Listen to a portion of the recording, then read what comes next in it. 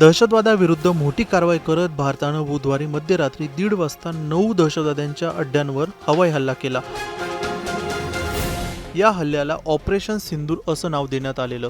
हे तिन्ही सैन्यांचं संयुक्त ऑपरेशन होतं। भारताच्या बलाढ्य सैन्यानं पाकिस्तानमधील 4 आणि पाकव्याप्त काश्मीरमधील 5 ठिकाणांना लक्ष्य केलंय। भारतीय गुप्तचर संस्था रॉने सर्व टार्गेट निश्चित केली होती। त्यानंतर संपूर्ण नियोजनाचे लष्कर आणि जैशच्या तळावर हल्ला करण्यात आला।